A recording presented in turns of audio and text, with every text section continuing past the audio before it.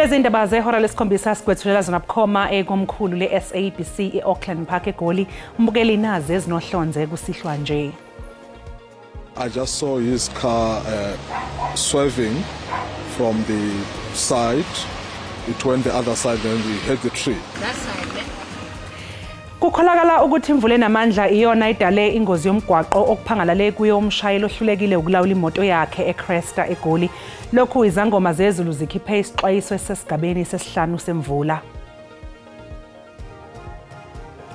Abaningi babheke ukubona ukuthi ungqongqoshe wezemali uEnoch Godongwana uzoqhamuka namapha amasu okuxazulula inkinga yesikweletu sikahulumeni esingaphezulu kwentela ayiqoqayo uma ethula isabelo mali eKapa ngoLwesithathu.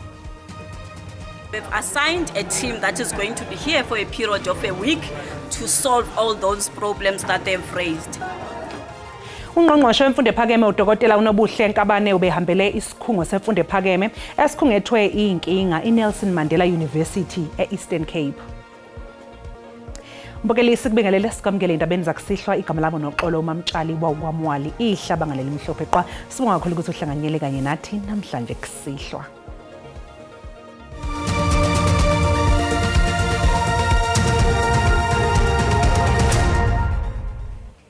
Kukholakala ukuthi imvula enamandla iyona idale ingozi yomgwaqo okuphangalale kuyo umshayeli ohlulekile ukulawula imoto yakhe emgwaqeni uRepublic eCresta eGoli namhlanje kuseni. Kusenjalo izangoma ezingayidli imbumba zabakwa South African Weather Service seyikhiphe isexwayiso esesigabeni sesihlanu semvula kwezinye izingxenye zezwe.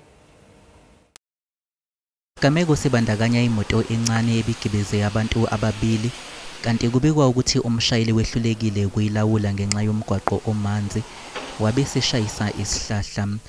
Ngeshwa ke umshayeli ushone ujuqo endaweni yesigameko kwathi owesifazane obehamba naye waphuthunyiswa esibhedlela. I just saw his car swerving from the side. It went the other side and we hit the tree. So maybe I will just blame the tire slipper or because it was raining. Abezimo eziphuthumayo kumkhandlu dolobha iGoli bathe bami ngomumo ukusabela noma ikuphi lapho bebizwa khona.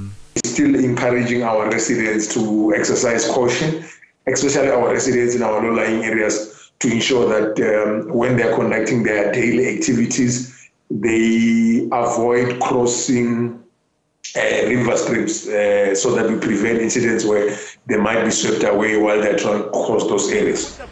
Lesimo sezulu ke sikhahlameza kakhulu nalabo abasebenza ukulungisa imigwaqo. It's like as you can see right now, we are not able to work just because of the rains. So we're going to see we're going to manage to work after maybe tomorrow. As you can see, we are affected by the rains. Kunxuswa izakhamuzi ezingxenyeni zezwe ezihlaselwe imvula ukuthi zigweme uhambo olungenasidingo kanjalo nabashayeli bezimoto baqikelele emigwaqeni. Kusenjalo eminye imigwaqo emkhulu eLimpopo icekeleke phansi ngenxa yemvula enamandla ehlaselele sasifundazwe. Indawo eyikhahlamezekile isifunda iVembe kanye neMopani. Ngasekupheleni konyaka odlule lesifundazwe sahlaselwa isomiso kanye neshisandlu kodwa masontweni edlule imvula icekele phansi imizi ecishe engaphezulu kwekhulu kanti nabanikazi bamapulazi nabo bathintekile esifundweni iVembe kanye neMopani. Lo mgwaqo R524 Matasa iPunda Maria usemqoka kakhulu njengoba usetshenziswa izivakashi ezisuke ezilibhekise esiqiwini iKruger. Bashayeli bezimoto bathi baphoqelekile ukuba basebenzise eminye imigwaqo. A person like me who drives between Chakuma and Twendo every single day to get to work, it becomes very difficult. Now, every time you need to be looking at the tires if they're not damaged. The road between Chakuma and Thoyando, they are badly damaged. And if you look at what they do, the guys who are doing the maintenance, they just come and put patches. 2 days because it's raining, the patches are gone. So it seems like they are doing the patches just so that they get more jobs rather than doing a permanent solution for us. If you look just behind me, that road is badly damaged. Amalungu omphakathi athi ucekeleka phansi komgwaqo kuyinkinga enkulu kanti banxusa iziphathimandla ukuba zilungise umgwaqo ngokusheshsha. Akukho sekwenziwa ukukhombisa ukuthi umgwaqo uyalungiswa kanti kuba nzima uma siye emsebenzini. Noma ngabe ubhekene nesimo esiphuthumayo awukwazi ukusheshsha ufike lapho kufanele uye khona ngenxa yomgwaqo. Kulindeleke ukuba liqhubeke nokuyidliva kulezi insuku ezizayo.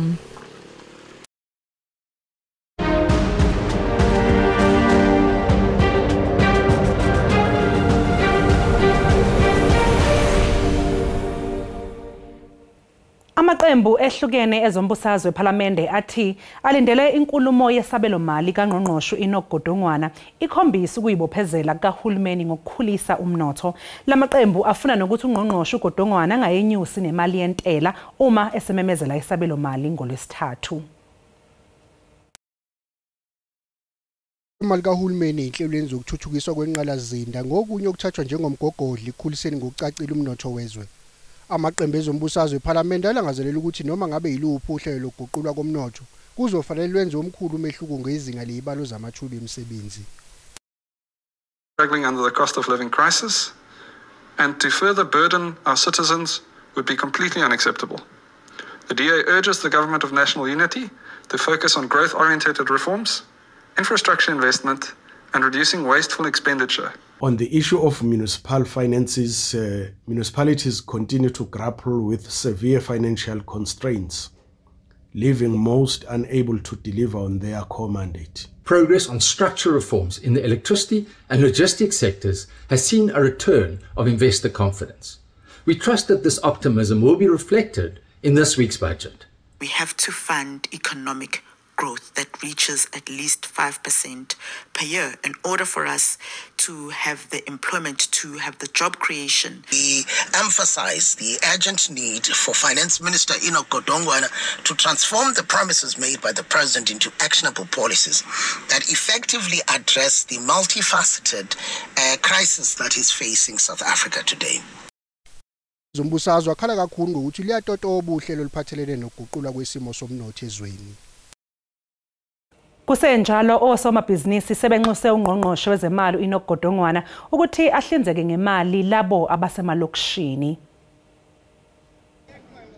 Kulinganiselwa ekuthena amabhizinisi asemalokishini angenisa amaphesenti ayi-7 emnothweni wakuleli nokubalelwa kumabhiliyoni amarandi. Osomabhizinisi basemalokishini bafuna ukuthi kucaciswe ngesabelo mali somnotho wakhona emalokishini. Obviously, a portion must come to the township so that at the end of the day, businesses in the township they get supported. Osomabhizinisi balindele ukuzwa uNgqongqoshe uma esethula isabelo mali. There's a lot to expect, but what is critical is creating a conducive environment for economic growth, get rid of or minimize the red tape of doing business, especially SMEs. Omunye umeluleki wezamabhizinisi uthi udaba lomnotho siza wonke umuntu kufanele lithindwe uma esethula inkulumo yakhe uNgqongqoshe. I would like to see women being, included. Would like to see the youth being included and the small businesses from all parts of the country to say that here's a strategy and here's the plan that is going to be implemented. What are the funds and who are the agencies that are going to distribute all of these funds? uGodongwana uzokwethula isabelo mali ngoLwesithathu ntambama.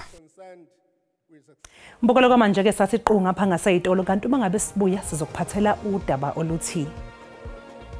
For the first time in its history, the G20 is being hosted on the African continent.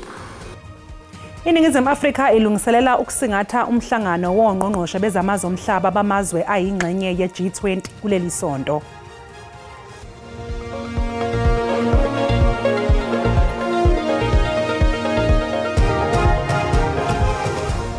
Siphinde sikubingelele sikwamukele mbukeli mongabe usanda kungena odabeni oluphambili besibike ukuthi kukholakala ukuthi imvula enamandla iyona edale ingozi yomgwaqo okuphangalale kuyo umshayeli ohlulekile ukulawula imoto yakhe eCresta eGoli. Lokhu emva kokuthi izangoma zezulu zikhiphe isexwayiso esesigabeni sesihlanu semvula. Mbukeli asikukhumbuza ukuthi lezi ndaba ziyatholakala ku YouTube na ku SABC Plus ungena kuzo nje uyicinge ngamagama athi SABC izindaba na kanjani uzoyithola ngomnjalo bazo. Ungqongqoshe wemfundo ephakeme uDokotela Nobuhle Nkabane ubehambele isikhungo semfundo ephakeme esikhungethwe inkinga iNelson Mandela University eEastern Cape. Kwamakhulu amahlanu abafundi abahlalisene abalambile abangakwazi ukuya emagumbini okufundela. Sekupheleke isonto abafundi bebhikisha kanti yize ezinye izinto sezixazululiwe abafundi basathwele kanzima. The students that are hungry have not responded by NSFAS because some of them have been in verification process, some of them application in progress. Students who are not yet registered. So those are our immediate issues that we need intermediate or rather immediate intervention on.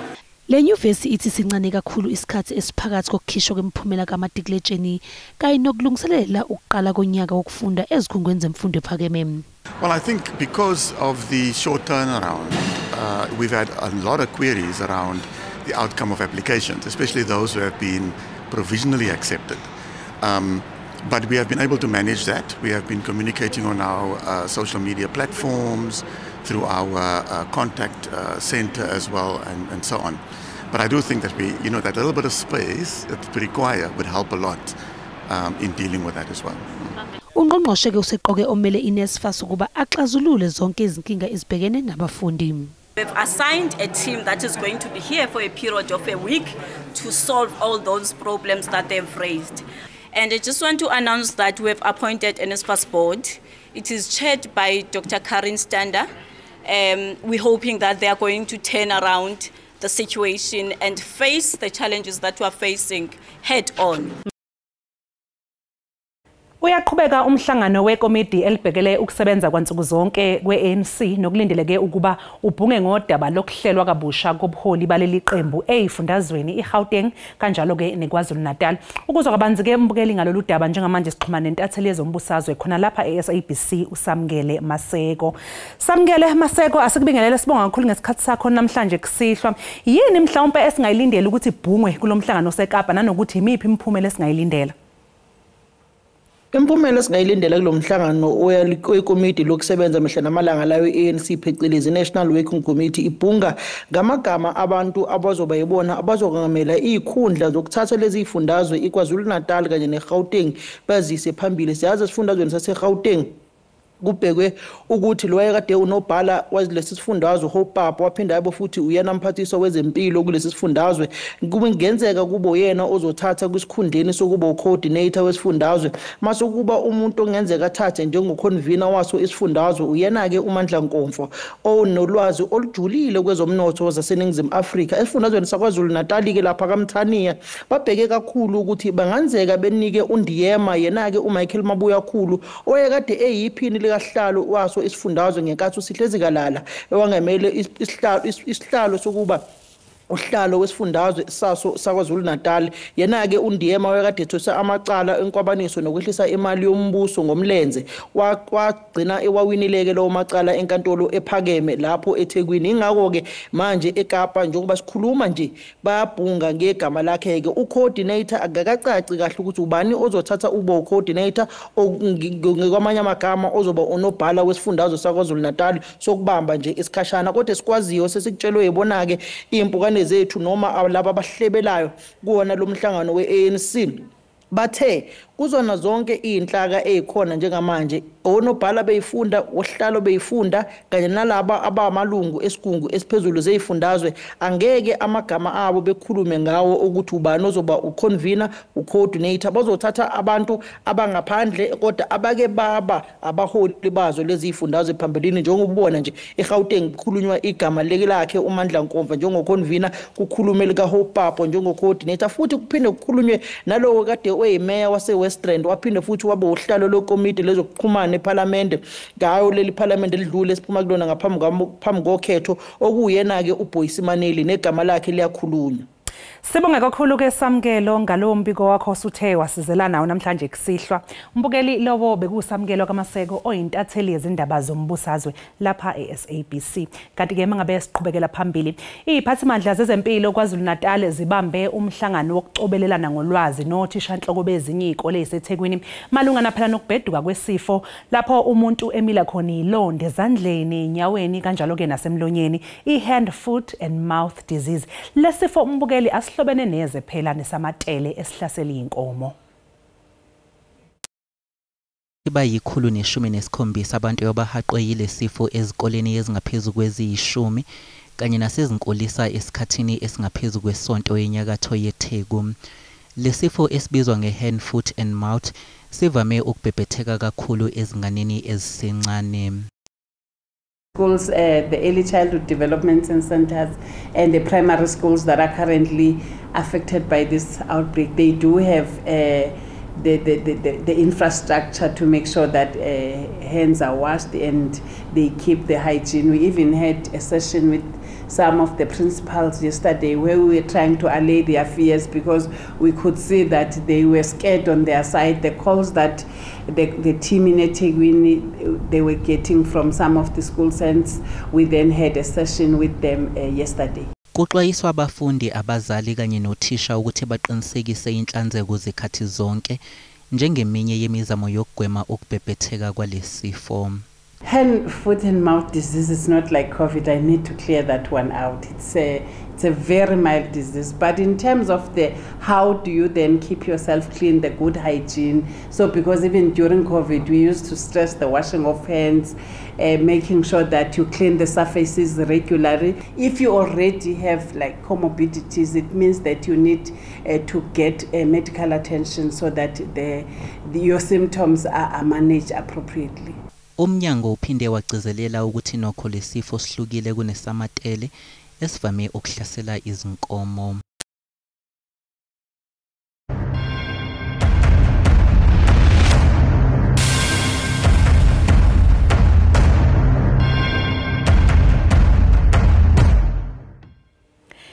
Iningizimu Afrika kuleli sonto izobamba umhlangano wongqongqoshe beminyango yezangaphandle emazweni ayingxenye yohlaka lwe-G20. Lo mhlangano weyinsuku ezimbili uzobhunga ngamaphuzu ahlukene njengoba kulungiselelwe ingqungquthela ye-G20 ezosingathwa elakuleli ngasekupheleni konyaka. Njengoba umhlaba obhekene nenqwaba ezinselele, iningizimu Afrika izobamba umhlangano ongqongqoshe bezamazwe omhlaba abangaphansi kwe-G20 kokuqala ngqa ngoLwesine nangoLwesihlanu kuleli sonto. Izinto eziseqhulwini kwelakuleli zicacile. For the first time in its history, the G20 is being hosted on the African continent and this is particularly important following the admission of the African Union as a member of the G20. First, the G20 must lead on delivering financial justice. As you know well, financing is fundamental, from inclusive economic growth to supporting industrialization and food security or addressing inequalities. The Pact for the Future includes commitments that provide a roadmap to reform global financial institutions. Ungqongqoshe zamazwe omhlaba eMelika uMarco Rubio ngeke uthamele lo mhlangano njengoba leliyazwe lisolela kuleli ngokudla umhlaba abamhlophe ngaphansi komthetho okubuyiswa komhlaba. I think what the Trump administration are doing is to throw South Africa's presidency of the G20 into a tailspin by precipitating a crisis that actually seems to be aimed at making sure that South Africa doesn't hold a successful G20 leadership role. Iningizimu Afrika ithole ukwesekwa ngamazwe amakhulu okubalwa kuwo iChina, iRussia kanye nezinhlangano ezifana ne-European Union. Mbukeli umhlahlo wesimo sezulu uzolandela ke nesangoma sezulu uMadlamini emva kwekhefu.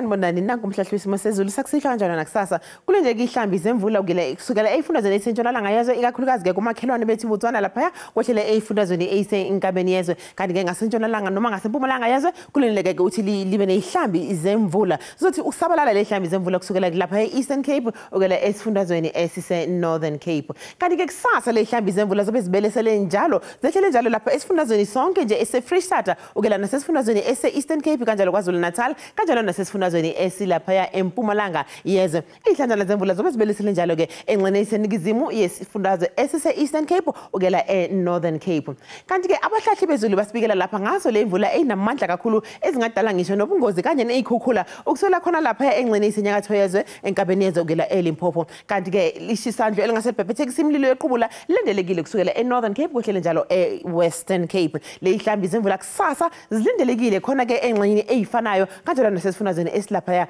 eEastern Cape imoya izoba namandla kakhulu ingadala ngisho izikhukhula esifundazweni esilapha eWestern Cape kakhulukazi ke ngasogwini ake sibheka amazinga okushisa aphansi izobanda kakhulu ke enkabeni yezwe eBloemfontein ngo-17 degrees Celsius Bethlehem 13 degrees Celsius esifundazweni eseLimpopo ngo-14 lapha eEmelo kanti esifundazweni eseLimpopo lizothi nje ukufudumala entshonalanga yezwe lizobanda kakhulu ke Vredendal naseSutherland kwehlele lapha eTorreni kanti KwaZulu-Natal lizothi ukufudumala ke ngasogwini loqhubeka ke lifudumele ke kusasa esifundazweni esilapha KwaZulu-Natal ikakhulukazi ngasenxene ezingasogwini kanti ke kwesentshonalanga noma ke enyakatho yezwe kwehlele entshonalanga yezwe kuleni luthi lishise kakhulu likhipha umkhobe jeni singakho sanamhlanje sifikezele sezulu makuzobe ngokuzayo okadlamini umntwana othe exabene